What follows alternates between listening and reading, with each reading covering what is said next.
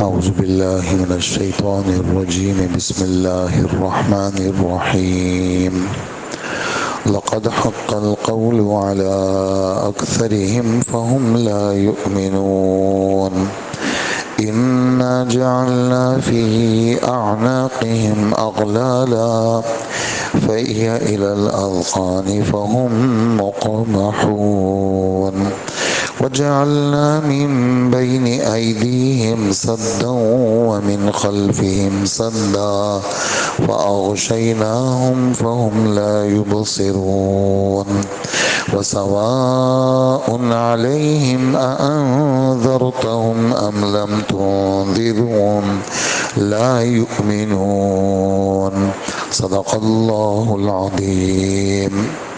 سورہ یاسین ہماری چل رہی ہے، 3 آیتیں آپ حضرت نے سنی، آیت نمبر 7، 8 اور 9۔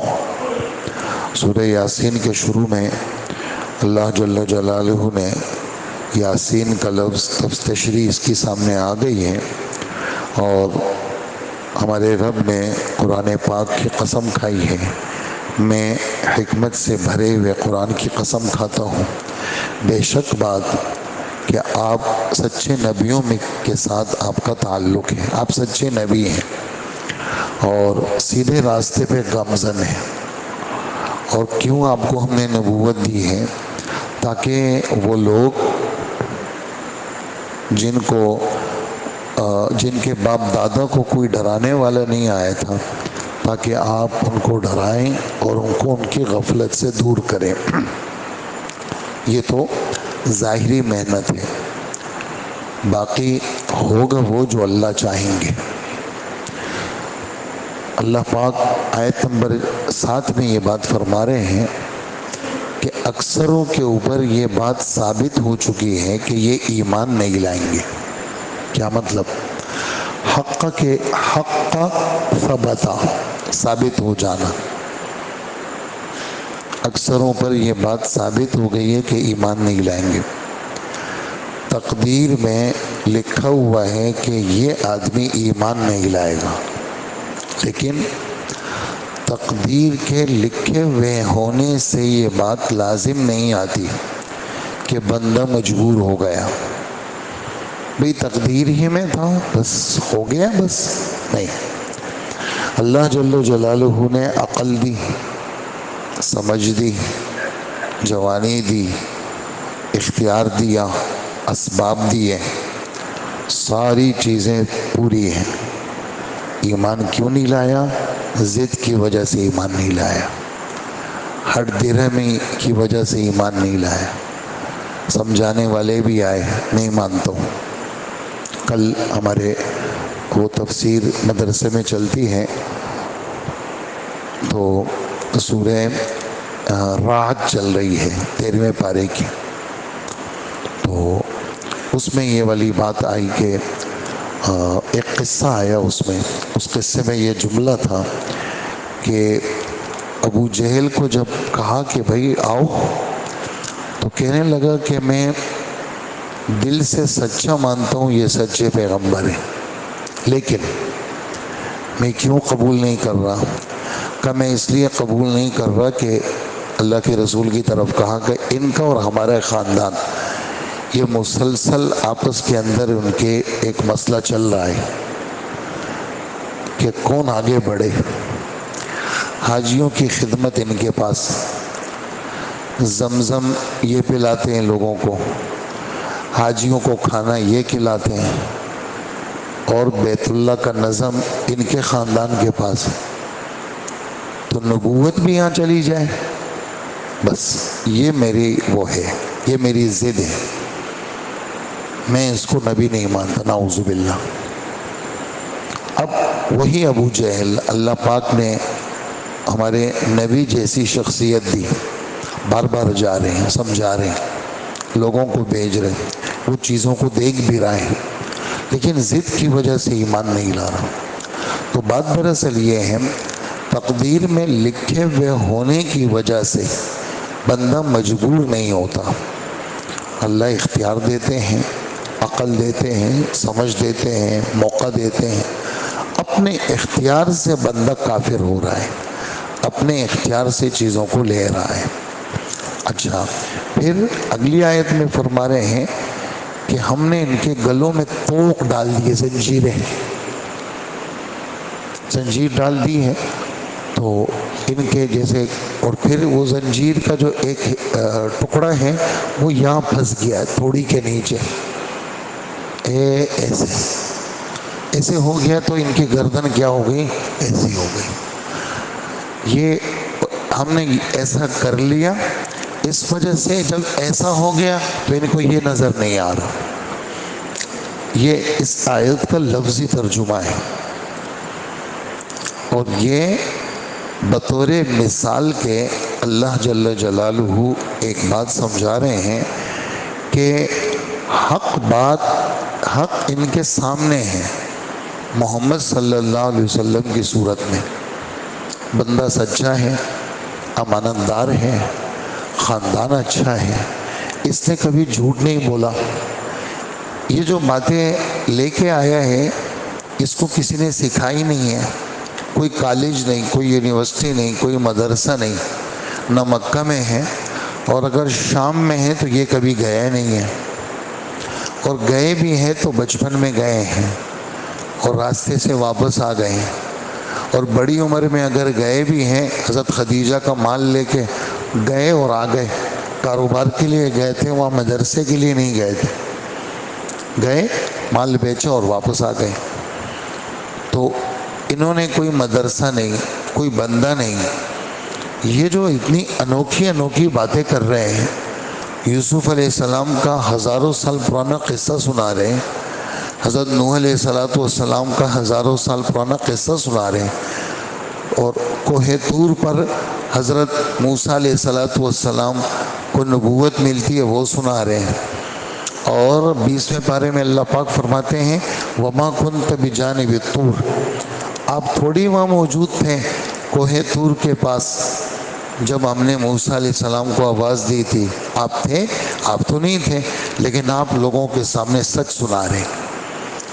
تو یہ سب باتیں سامنے ہیں، اس کے باوجود بندہ نہیں مان رہا، تو نہیں مان رہا تو اللہ جل جلالہ فرماتے ہیں ان کا یہ نہ دیکھنا ان کی ضد کی وجہ سے ایسا ہے جیسے ہم نے ان کے گلے میں پھندا ڈال دیا ہے، لوہے کا ایک ٹکڑا وہ یہاں پھنس گیا ہے، ان کو نظر ہی نہیں آتا، اور ہم نے ان کے آگے بھی ایک دیوار کھڑی کر دی ہے تاکہ یہ دیکھیں نہیں، اور ہم نے پیچھے بھی ایک دیوار کھڑی کر دی ہے تاکہ وہ چاروں طرف سے ہم نے ان کو گھیر دیا ہے تاکہ یہ حق بات کو دیکھ نہ سکے۔ یعنی جان بوجھ کے انہوں نے جب اپنے استعداد خراب کر لی جان بوجھ کے، تو پھر کس سے گلا؟ پھر اللہ جل جلالہ کا معاملہ بھی نافذ ہو گیا۔ اور تیسری آیت میں تو عجیب ہو گیا کہ نبی ان کے حق میں برابر ہیں، آپ ان کو تبلیغ کریں یا نہ کریں یہ ایمان نہیں لائیں گے۔ ادھر بھی وہی بات ہے، اعتراض ہوتا ہے کہ اللہ پاک فرما رہے ہیں تبلیغ کریں یا نہ کریں ایمان نہیں لائیں گے، تو جب اللہ ہی فرما رہے ہیں ایمان نہیں لائیں گے تو پھر تبلیغ کا کیا فائدہ؟ جواب، ان کو استعداد ہے، ان کے اندر ہدایت کا بیج ہے، اختیار ہے، یہ سب باتیں ہیں۔ اچھا، تبلیغ کا کیا فائدہ؟ اس کا جواب یہ ہے کہ مثال دے رہا ہوں آپ کو، جیسے باپ کوشش کرتا ہے لیکن بچے نہیں مانتے، تو آیا باپ کو اپنی اس کوشش کا اجر ملے گا نہیں ملے گا؟ بالکل ملے گا، باپ تو مخلص ہے۔ ایسے ہی استاد نے کوشش کی بچہ حافظ بن جائے، صبح سے لے کر رات تک لگا ہوا ہے کوششوں میں، دعاؤں کے اندر، ماں باپ اس کو بھیج رہے ہیں، پڑھ کے نہیں دے رہا، وہ ساری سہولیات موجود ہیں کہ یہ بچہ میرا CA کر لے، اور اس کو سب کچھ دے دیا، وہ جان بوجھ، وہ قابل بھی ہے، وہ سمجھدار بھی ہے، لیکن جان بوجھ کے نہیں کر رہا. تو آیا اس سلسلے میں استاد جو حفظ کرا رہا ہے اس کو اجر ملے گا نہیں ملے گا؟ ملے گا. اسی وجہ سے ہمارے رب یہ نہیں فرما رہے ہیں کہ آپ کے حق میں برابر ہے، آپ تبلیغ کریں یا نہ کریں یہ ایمان نہیں لائیں گے، یہ نہیں کہا. ان کے حق میں برابر ہے. آپ تو اپنا کام کر رہے ہیں، آپ کو تو اجر، جیسے اذان ہو گئی، مؤذن کو اجر مل گیا، کسی نے سنی یا نہ سنی، اور کسی نے سن کے انسنی کر لی، نماز تو ہو گئی، آنے والے آ گئے، شریک ہو گئے، اجر لے گئے. اور کچھ ایسے تھے جان بوجھ کے نہیں آئے، نہیں پڑھی. کتنا مجمع ایسا ہوتا ہے، ہم دیکھتے ہیں، روز دیکھتے ہیں کہ نماز میں 2 منٹ باقی ہے، ادھر آئیں گے، پیشاب کریں گے اور یوں نکل جائیں گے. لوگ مجمع آ رہے ہیں، دیکھ رہے ہیں وہ، لیکن وہ نہیں آتے. کتنے لوگ ایسے ہیں سامنے اوپر بلڈنگ کے اندر، یہ کبھی کبھی مجھے بہت ڈر لگنے لگتا ہے، وہاں سے اترتا ہوں تو وہاں پر، یہاں سے اترتا ہوں تو یہاں پر، بندہ دیکھ رہا ہے، لوگ آ رہے ہیں، وہ فون پہ لگا ہوا یا اپنے کسی کام میں لگا ہوا، نماز ہو گئی، وہ یہیں کھڑا ہوا ہے، آواز بھی جا رہی ہے، اذان بھی ہوئی، اقامت بھی ہوئی، نماز بھی ہوئی، اس کی آنکھیں ہیں، دیکھ رہے، وہ نہیں کر رہے. تو آیا امام کو اجر ملا نماز کا یا نہیں ملا؟ جی مل گیا، انہوں نے تو اپنا کام کر لی، مؤذن کر لیا. لوگ چلے جاتے ہیں گھروں پہ، دستک دیتے ہیں، بھائی آ جاؤ، مسجد میں بات ہو رہی ہے، آ جاؤ نماز کے لیے آ جاؤ. آپ چلے، میں آیا، بس آپ پہنچے، بس میں آیا. تو اب اس طرح کے معاملات کو اللہ پاک یوں بیان فرما رہے کہ ان کے حق میں برابر ہے. ان جانے والوں کو، اس اذان دینے والے کو، اس ترغیب دینے والے کو، اس فکر کرنے والے کو اجر ملا یا نہیں ملا؟ ملا. ان کو سامنے والے نے اپنا استعداد جو اللہ پاک نے اس کو دی تھی، اس استعداد کو اس سامنے والے نے کام میں نہیں لایا. تو یہ ان 3 آیتوں کا خلاصہ ہے کہ اس طرح کی آیتیں، اس کا ترجمہ دیکھ کر کے عمومی طور پر آدمی کا دل دماغ فیصلہ نہیں کر پاتا. تو یہ اس کا مطلب ہے، وہ مفہوم ہے جو اس کا حضرات نے لکھا ہے احادیث کی روشنی میں. پھر بھی اگر دل دماغ مطمئن نہ ہو تو آدمی کو خدا کے حوالے کرنا چاہیے، قرآن و حدیث میں شک نہیں کرنا چاہیے. اور قرآن و حدیث میں تقدیر کا جو معاملہ ہے، خود اللہ کے رسول نے فرمایا جتنی بات آ گئی ہے مان لو، اور بہت زیادہ گہرائی میں جانا، اپنے عقل کے گھوڑوں کو دوڑانا، اس سے سورہ آل عمران کا پہلا رکوع، سورہ آل عمران کا پہلا رکوع، کہ اس قسم کی باتیں پختہ علم والے لوگ بھی یہ کہتے ہیں کہ ہم ان کی گہرائی میں نہیں جانا چاہتے، سب ہمارے رب کی طرف سے ہے، وہ سچ ہے، سب ہمارے رب کی طرف سے سچ ہے. اور پھر ساتھ میں یہ دعا بھی مانگتے ہیں، ربنا لا تزغ قلوبنا، اے ہمارے رب ہمارے دلوں کو مذہب کے بارے میں ٹیڑھا نہیں کرنا، اساغ یزیغ اذاغۃ، ٹیڑھا کرنا کہ آدمی کی سوچ بدل جائے، آدمی الٹا سوچنے لگے. نہیں، میں خدا کے ساتھ ہوں، رسول کے ساتھ ہوں، صحابہ کے ساتھ ہوں، جو انہوں نے کہا میری وہی بات ہے. تو یہ ان 3 آیتوں کی وضاحت تھی، اور یہ اس میں غور و فکر سے منع کرنا تھا. کیوں؟ تقدیر کی بات ہے، اور تقدیر کی بات میں آدمی جو مل جائے وہ مان لے کہ اس گہرے سمندر میں ہر کس و ناکس کا تیرنے کا کام نہیں ہے کہ بھئی تیرنے لگ جاؤ. ضروری تھوڑی ہے کہ تم بچ جاؤ گے، کیا پتہ ڈوب جاؤ. اس لیے اب ماہرین فن وہ بھی اس طرح کے گہرے پانی میں نہیں جاتے، وہ بھی کہتے ہیں بھئی کہیں بھنور آ گیا، پھنس گیا تو پھر کیا، کہاں جاؤں گا. وہ بھی جو ہے وہ ایسے بھنور والی جگہوں سے دور رہتے ہیں. تو منع کیا ہے اللہ کے رسول صلی اللہ علیہ وسلم نے صحابہ کرام کو، جتنی بات آ گئی اتنی بات میں کیا ہے، میرا ایمان ہے اور اللہ کا کلام سچا ہے۔ ہاں قیامت آئے گی، پردے اٹھ جائیں گے، حقیقت آشکارا ہو جائے گی، اس وقت ساری بات واضح ہو جائے گی۔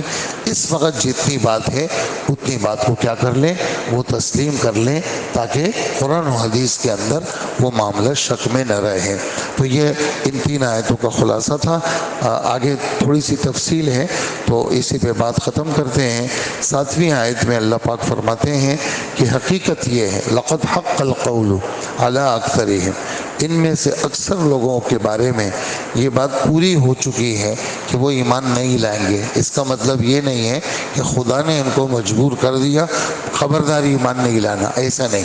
اللہ نے راستہ دکھا دیا، بندہ کوشش کر لی، استاد نے صبح سے رات تک لگا ہوا، وہ پڑھ ہی نہیں رہا، بیٹھا ہوا ہے، گھر میں پڑھ کے نہیں دوں گا، امی نے بھیجا ہے بھیجنے دو، میں بھی آؤں گا، پڑھوں گا نہیں۔ ہاں آئے دن ہم مشاہدہ کرتے ہیں، دنیا کے اندر ہم دیکھتے ہیں، پھر ماں باپ بھی مجبور ہو جاتے ہیں، نکال لیتے ہیں، اس کو کام کاج پہ لگا لیتے ہیں۔ وہ کہتے ہیں بچہ پڑھتا نہیں ہے، 5 بیٹے ہیں، 4 حافظ بن گئے، ایک نے کہا میں نہیں پڑھوں گا، اور مدرسے کے، اور اسی طرح 5 بیٹے ہیں، اچھا پڑھ لیا، ڈاکٹر بن گئے، وکیل بن گئے اور انجینئر بن گئے، ایک نے کہا میں نہیں پڑھنا۔ ساری سہولیات ان کو بھی تھی، اس کو بھی تھی، اس نے کہا میں نہیں پڑھوں گا۔ اختیار اس کو دیا تھا، اس نے اپنا اختیار خراب کر لیا۔ آئے دن ہم اس بات کا مشاہدہ کرتے رہتے ہیں۔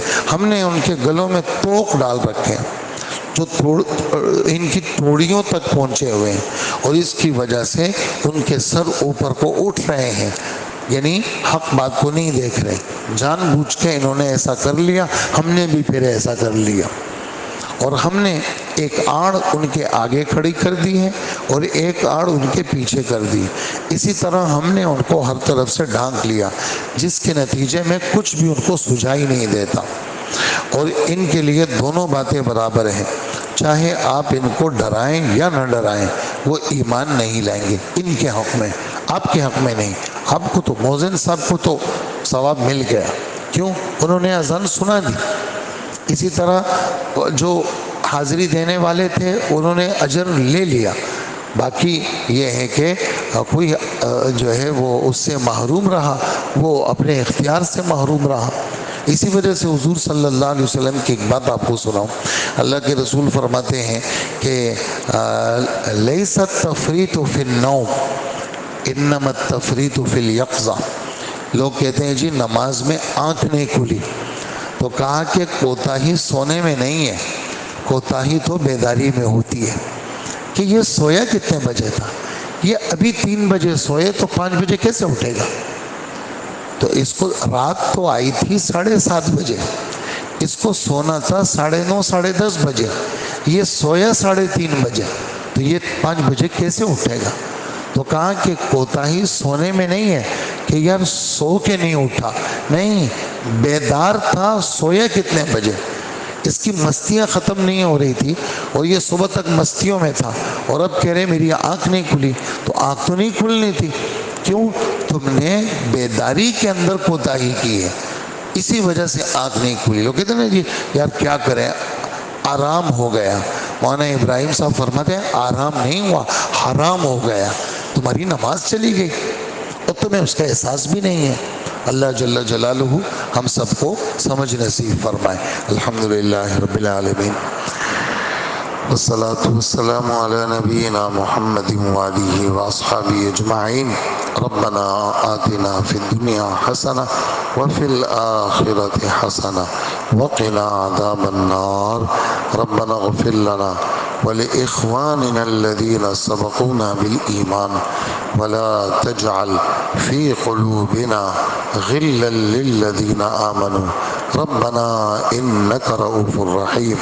نعوذ بكلمات الله التامات من شر ما خلق، نعوذ بكلمات الله التامات من شر ما خلق، نعوذ بكلمات الله التامات من شر ما خلق، نعوذ بكلمات الله التامة من كل شيطان وهامة ومن كل عين لامة نعوذ بکلمات اللہ التامات من غضبہ وعقابہ ومن شر عبادہ ومن همزات الشیاطین وان یحضرونا وصلی اللہ وسلم علی نبینا محمد وآلہ واصحابہ اجمعین آمین برحمتک یا ارحم الراحمین.